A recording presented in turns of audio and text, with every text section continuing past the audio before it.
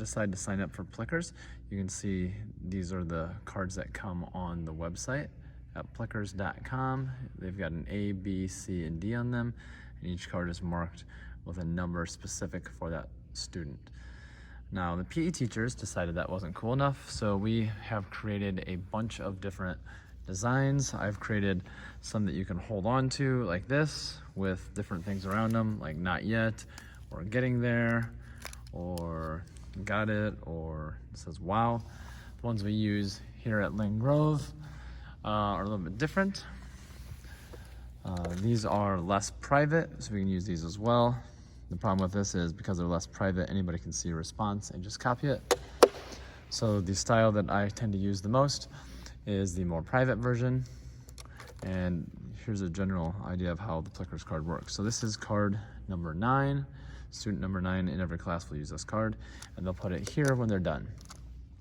Now, if I wanted to answer a question and the question response that was correct was D, I would move the D to the top and I would turn it around so that the D response is still on top.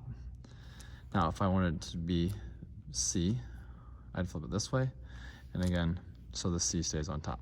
So it looks a little bit different depending on what you want on top. And each QR code is customized just for that particular number, and they're all different for all 30 cards. And I believe it goes up to 64 different cards. Now, I have 1, 2, 3, and 4 on there too. Because of our standards-based grading, we can say, where are you at? Are you a 1, 2, 3, or 4? And sometimes I'll ask questions, have you learned it yet? So they might say, I've got it, or I've almost learned it, or not yet. And that's oftentimes based on our standards-based grading as well. These are magnetic. They're just magnetic tiles. They're toys. They stick to my magnetic whiteboard. They're really easy to change. They're pretty easy to use.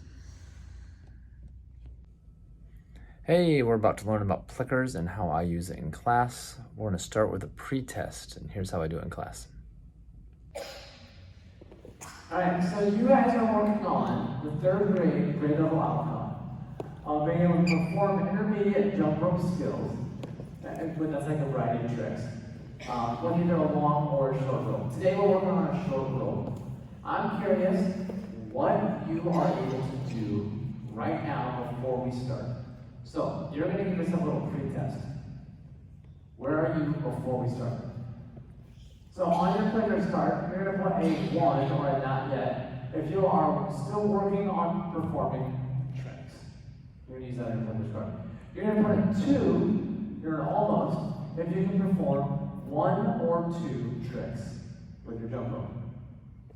You're going to be a 3 or got it if you can perform 3 or more tricks with your jump rope. And now we're not going to work on the wow right now, so you're only going to do a 1, 2, or a 3.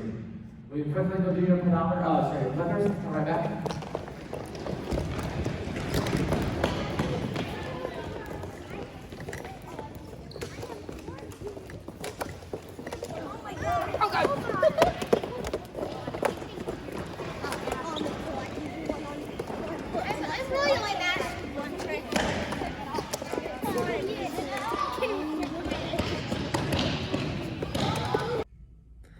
Now that the students have responded, I'm going to show you what my phone or my iPad will be able to do. So you're going to get a screen recording of that.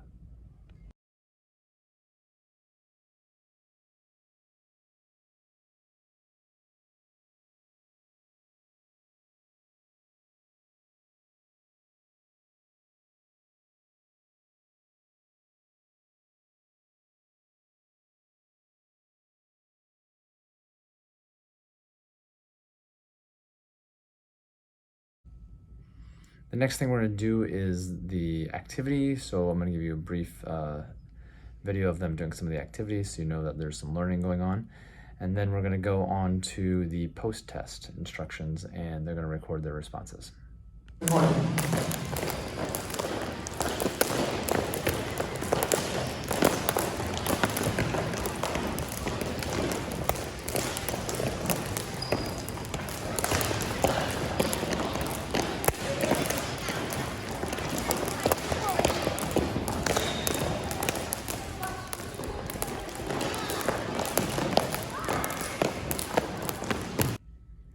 After they've responded, you're going to see how I record the responses with my phone. I will first clear out the pretest, and I will record their post-test. You don't have to clear out the pretest. You can have a second question that is identical, but for my sake, I just cleared it out. A little bit of jumping, and then I had you guys give yourself a pretest, right? Then I taught you 5 different skills.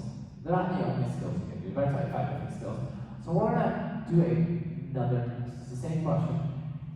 If you are able to perform a variety of tricks with our short rope, and you can do 3 of the tricks we learned, where you can do consecutive jumps, then I want you to give yourself a 3 with the Plickers in a minute. If you can do 1 or 2 consecutive jumps, if you can do consecutive jumps with 2 of the tricks, then mark yourself on the almost, or give yourself a 2 of them.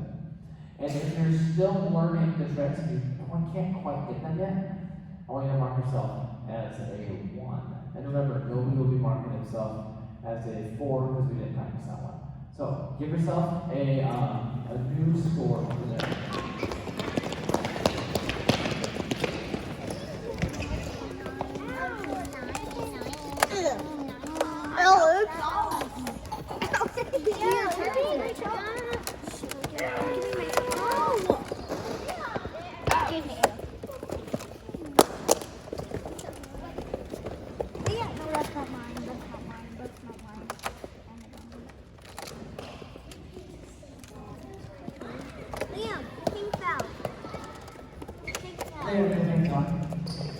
Wait, what is it?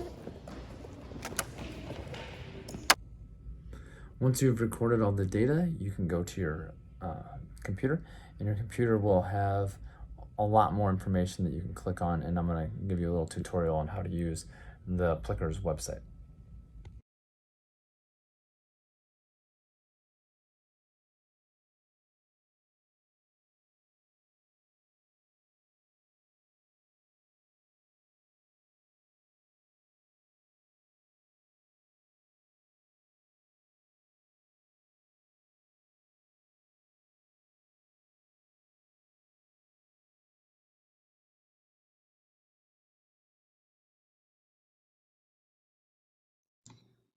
All right, I'm going to show you how to use the Plickers website.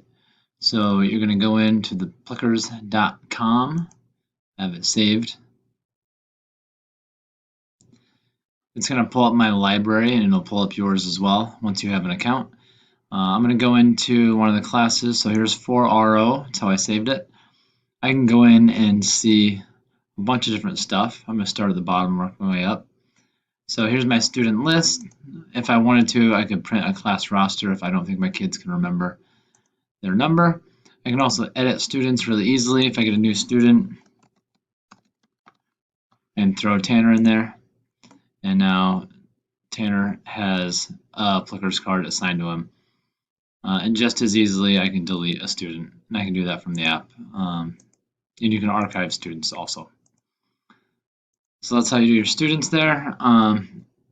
Looking in here, I've got a bunch of different reports. The reports are just what you've had the students answer with the Plickers cards. There's 2 different ways to do it. There is a way where there's a correct answer, and you see the green spots where it says 95% or 100%. That is where there's 1 correct answer. The way I prefer to do it is where it's more of a survey. So the students are giving a self-assessment. So if they give themselves a 1 or a 2, it's not like they're getting the answer wrong. And if they get a 3, or if they're at a 4 for our standards-based grading, it's not like they're getting it right. They're just showing where they're at that moment. So I'm looking at that as a survey. So I can record it 2 different ways. Looking over here, this is a jump rope one we just did with Robertson's class. I only asked them the 3rd grade level question because we were not ready to do the 4th and 5th grade portion. So I dumbed down the question, but this is how they answered it. You can see which kids were, this is more like a level 1, they call it A level 2, B or B, and then our grade level outcome would be the C. And then for me, the way I do it is the next grade level outcome would be our D or what we would do for 4 for our standards-based grading. And this was day 1, so they'll get to practice more and they'll eventually get to do the 4th grade level outcome. So it keeps track of that for all the different questions you asked. I can go in and I can ask another question as soon as we do the routines, they can do this one. So you can see all of that that's there. I can play now. If you do play now, this will go on my screen and all the kids will see it on the screen. I don't have my phone hooked up to it right now, but in real time it will show which kids have already started responding. And then I can also put in show graph, and it will show a graph of what the responses are for students. If I hit reveal answer, it'll change the color. So everything's in blue, and if I hit reveal answer, now the answer is in green, so the kids can see the answer that way.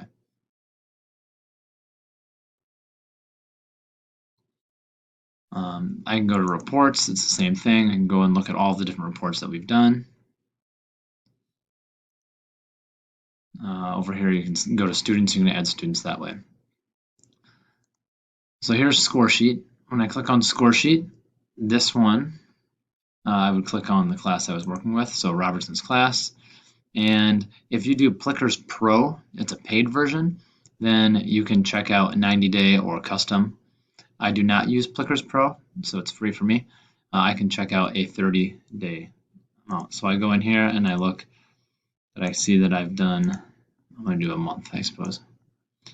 A month, and I know that I've asked 2 sets of questions in that time, and this is how this particular class has responded. I can do a student report where I can say, okay, Alex, this is how he has responded, and it's just Alex, or it's just Andrea. That's kind of neat. You can do that and you print that out individually. You can also export the data, and you can display it a couple of different ways. So let's get out of here somehow. Okay, going back to the home button. You can look at your library, and your library shows you all the different questions that you've already set up. So we were doing jump rope, so my 3rd through 5th grade jump rope questions are here. I'll double click on it, and I'll have access to it. You can ask 5 questions in what they refer to as a set. So I could ask 5 questions here, and then I can do another 5 questions as well. I think if you do the pro, maybe you can ask more than that. But the way I set it up is I've got my 3rd grade question, my 4th grade question, my 5th grade question, and they're all based on the grade level outcomes. So right now we've only talked about the tricks because we haven't done anything with routines. So everybody in 3rd through 5th was kind of answering the same question. Eventually the 4th grade will get to do one, and the 5th grade will get to do a different one. You're going to add an image. Over here it says insert image. You can pick one that you've saved on your computer. You can duplicate questions if you don't want to type in all the same thing, and then maybe you change just a few minor details. You can delete questions in here as well. Earlier I talked about if you want to have it graded or if you want to have a survey. So if I want it graded, I can say, okay, B is the correct answer or C is the correct answer. But if I do survey, then there is no right or wrong answer. It's more, as they talk about, like discussion topics. You can also shuffle the choices up if you'd like. Is there anything else? Okay, so add to the queue. So this is important. Once you have the question up, you're going to want to go to add to queue. I click on this, and let's say I've already done it, but let's say that I wanted to have Friday's class do this. So I click on Friday's name, and now Friday's class gets to answer this question as well. So you have to do that for each of your individual classes. For you, with one class, you'd probably just add yours and that'd be it. You can also do a handout. So if you don't want to do this on the computer, you can print it and the kid can look through it and have the same questions. You can import questions. I have not done that, but if there's a bank of questions somewhere that you have on your computer, you can import them. You can check out your recent stuff that you've done, and you can make a new set. So a new set is where you're going to put in your question. Type your question here, give your responses, and then once you have 4 choices, then you can either do a graded or you can do a survey. So that is the gist of how I use Plickers on my desktop. So I hope you enjoy it.